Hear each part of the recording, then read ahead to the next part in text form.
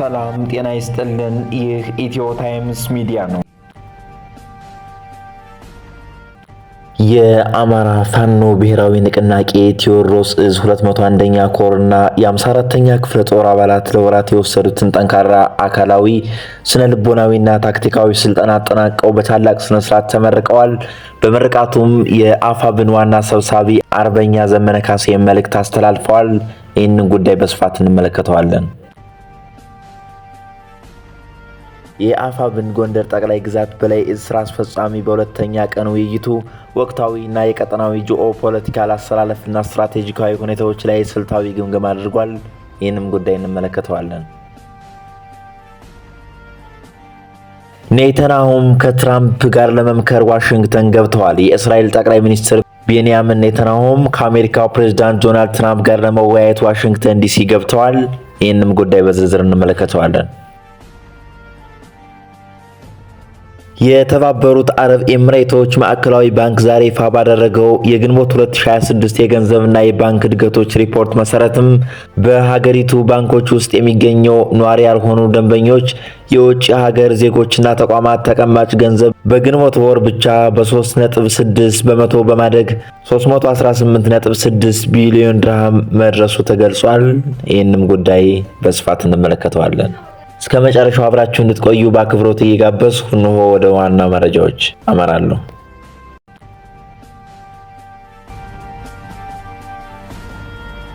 የአፋብን ቴዎድሮስ ዕዝ 201ኛ ኮርና የ54ኛ ክፍለ ጦር አባላት ለወራት የወሰዱትን ጠንካራ አካላዊ ስነ ልቦናዊና ታክቲካዊ ስልጠና አጠናቀው በታላቅ ስነ ስርዓት ተመርቀዋል። በምርቃቱም የአፋብን ዋና ሰብሳቢ አርበኛ ዘመነ ካሴ መልእክት አስተላልፈዋል። ተመራቂዎች በስልጠና ወቅት ያሳዩትን ጽናትና ታማኝነት የተጣለባቸውን ታላቅ ድርጅታዊና ህዝባዊ ኃላፊነትም ለመረከብ ዝግጁ መሆናቸውን አረጋግጠዋል። ተመራቂ አባላት ወደ ግዴታቸው ሲሰማሩ ወታደራዊ ዲሲፕሊን፣ የትእዛዝ ሰንሰለትና በስልጠናው ያደገውን የወንድማማችነት አንድነት አጥብቀው መያዝ እንዳለባቸውም ተነግረዋል። የትኛውም አይነት ወታደራዊ ስኬትና ድል የሚረጋገጠው በመሳሪያ ወይም በቁጥር ሳይሆን በብረት የመሰለ ዲሲፕሊንና በጋራ ጥረት ላይ የተመሰረተ መሆኑን ተመላክቷል። በሌላ በኩል በአደረጃጀቱ ውስጥ መጠራጠርን፣ ክፍፍልንና የውስጥ ልዩነትን ለመፍጠር የሚደረጉ አፍራሽ ጥረቶችን ዓላማውና የህዝቡን ከውጭ ጠላት በላይ የሚጎዱ በመሆናቸውም በአስቸኳይ ሊቆሙ እንደሚገባ ማስጠንቀቂያ ሰጥተዋል። ማንኛውም አይነት የአስተሳሰብ ልዩነት በግልጽ ውይይትና በተቋማዊ ህግ እንጂ ከጀርባ በሚደረግ መጠማመድ መፈታት እንደሌለበት ተገልጿል። በተለይም በማህበራዊ ሚዲያ የሚደረጉ አላስፈላጊ ንትርኮች በደጋፊ ስም ተሸፍነው የአባላትን እርስ በርስ የሚያጋጩና ትግሉን ገጽታ የሚያበላሹ አካላት ላይ ተቋሙ ያለምንም ድርድር በህግና በአሰራር ተጠያቂ እንደሚያደርግ እንዲሁም ማንኛውም የድርጅቱ አባልና አመራር ከህዝቡና ከድርጅቱ ዓላማ በታች መሆኑም ተሰምሮበታል። በመጨረሻም የተጣለባቸውን አደራ ለመወጣት ዝግጁ ለሆኑ አዳዲስ አመራሮችና አባላት ጥሪ የተላለፈ ሲሆን ከልክ ያለፈ የስልጣን ፍላጎትና የገንዘብ ፍቅር ልብ ያስጥላል በሚለው የአርበኛ ዘመነ ካሴ አባባልም ሁሉም አካላት አጥፊ መንገዶችን በመተው ጊዜያቸውንና እውቀታቸውን የተቋሙን አንድነት ለማጠናከር እንዲያውሉ አጥብቆ ተመክሯል።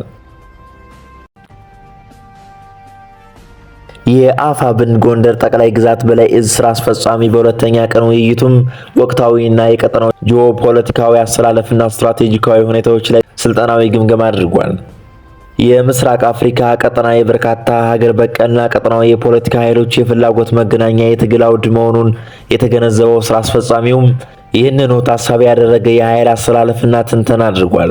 በዚህም መሰረት የተቋሙን የወደፊት ስትራቴጂካዊ አቅጣጫ ለመወሰን የሚያስችል ማህበራዊና ኢኮኖሚያዊ ጉዳዮች ላይ ሰፊና ጥልቅ ውይይት በማድረግ ለቀጣይ የድርጅቱ ግብዓት ይሆናሉ የተባሉ ጉዳዮች ላይ ሀሳብ ተሰጥቶበታል።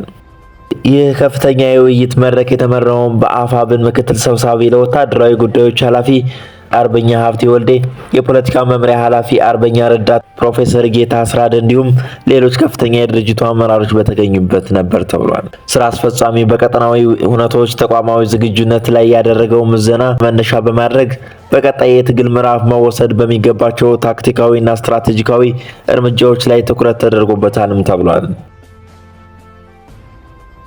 ኔታንያሁም ከትራምፕ ጋር ለመምከር ዋሽንግተን ገብተዋል።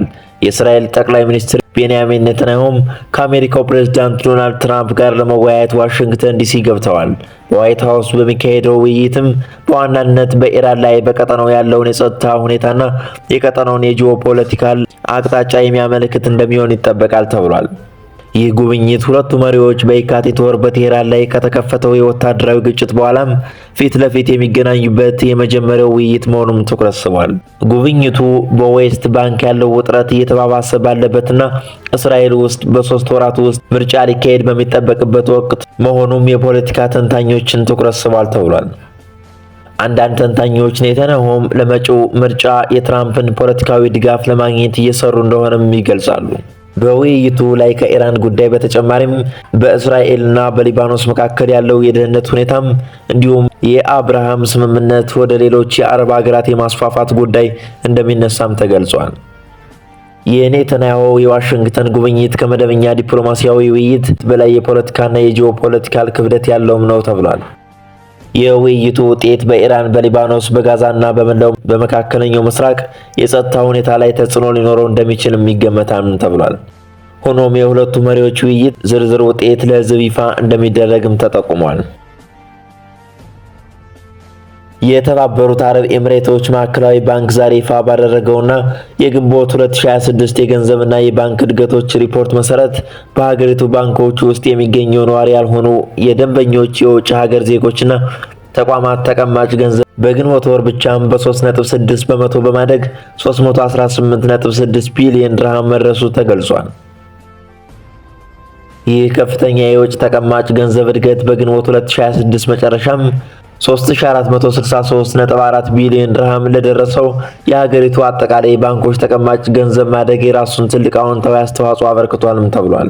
በነዋሪዎች ተቀማጭ የገንዘብ ዘርፍ ደግሞ ሌሎች የፋይናንስ ተቋማት ያደረጉት ተቀማጭ በ2.4 በመቶ በማደግ 67.2 ቢሊዮን ድርሃም መድረሱ ለባንኩ ዘርፍ የፋይናንስ አቅም መጎልበት ተጨማሪ አቅም ሆኗል ተብሏል።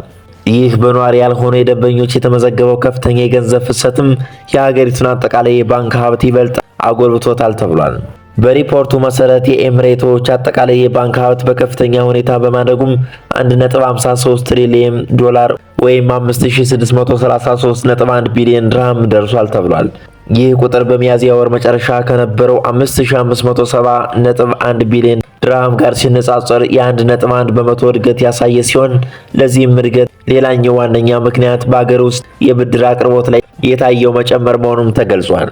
በሀገሪቱ የተሰጠው አጠቃላይ የብድር መጠን በሚያዝያ ወር ከነበረው 2720.7 ቢሊዮን ድርሃም በ0.5 በመቶ ወይም በ12.3 ቢሊዮን ድርሃም ብልጫ በማሳየት በግንቦት ወር መጨረሻ 2733.1 ቢሊዮን ድርሃም ደርሷልም ተብሏል። ለዚህ የብድር እድገት ዋነኛ ሞተር የሀገር ውስጥ ብድር በ13.8 ቢሊዮን ድርሃም መጨመሩ ሲሆን የውጭ ብድር ግን መጠነኛ ቅናሽ በማሳየት 562.5 ቢሊዮን ድርሃም ላይ ተወስኗልም ተብሏል።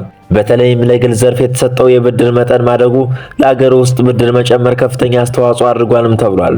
ለድርጅቶችና ለግለሰቦች የተሰጠው ብድርም የ4.6 ቢሊዮን ድርሃም እድገት ያሳየ ሲሆን ከመንግስት ጋር ግንኙነት ላላቸው ተቋማት የተሰጠው ብድርም በ3.5 ቢሊዮን ድርሃም 1 በመቶ ጨምሯል ተብሏል። ሪፖርቱም በተጨማሪም በሀገሪቱ ያለውን የገንዘብ ዝውውርና አቅርቦት በዝርዝር ያቀረበ ሲሆን 1053.5 ቢሊዮን ድርሃም ደርሷልም ተብሏል። ከዚህ ውስጥ ከባንክ ውጭ ያለው የጥሬ ገንዘብ ዝውውር በ167.6 ቢሊዮን ድርሃም ሲሆን የገንዘብ ተቀማጭ ደግሞ 885.9 ቢሊዮን ድርሃም ሆኖ ተመዝግቧልም ተብሏል። በተመሳሳይ M2 የገንዘብ አቅርቦት 2853.9 ቢሊዮን ድርሃም ያደገ ሲሆን የM3 የገንዘብ አቅርቦት ደግሞ የመንግስት ዘርፍ ተቀማጭ ገንዘብ ወደ 539.5 ቢሊዮን ድርሃም ማደጉን ተከትሎ 3393.4 ቢሊዮን ድርሃም ሊደርስ ችሏልም ተብሏል። የሀገሪቱ የገንዘብ መሰረትም 848.5 ቢሊዮን ድርሃም ሆኖ ሲመዘገብ ማዕከላዊ ባንኩ ዘንድ ያለው የባንኮች የመጠባበቂያ ክምችት በ49.4 በመቶ በማደግ 295.4 ቢሊዮን ድርሃም መድረሱን ማዕከላዊ ባንኩ አስታውቋል።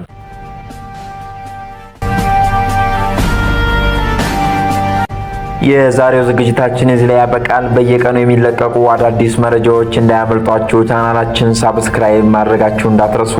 ቪዲዮውን ከወደዳችሁት ላይክ እና ሼር በማድረግ ድጋፋችሁን አሳዩን። ስለነበረን ቆይታ እጅግ በጣም እናመሰግናለን። መልካም ጊዜ